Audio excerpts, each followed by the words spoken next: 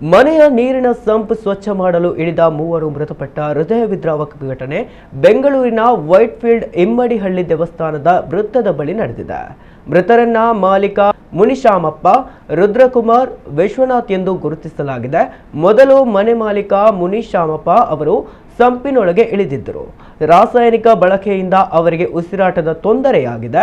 ಈ ವೇಳೆ ಅವರನ್ನು ರಕ್ಷಿಸಲು ಹೋದ ಪ್ಲಂಬರ್ ರುದ್ರಕುಮಾರ್ ಕೂಡ ಸಾವನ್ನಪ್ಪಿದ್ದಾರೆ.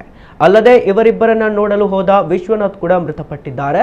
ಘಟನೆಯ ನಂತರ ಅರವಿಂದ್ ಎಂಬುವರು 112ಕ್ಕೆ ಕರೆ ಮಾಡಿ ವಿಷಯ ತಿಳಿಸಿದ್ದಾರೆ.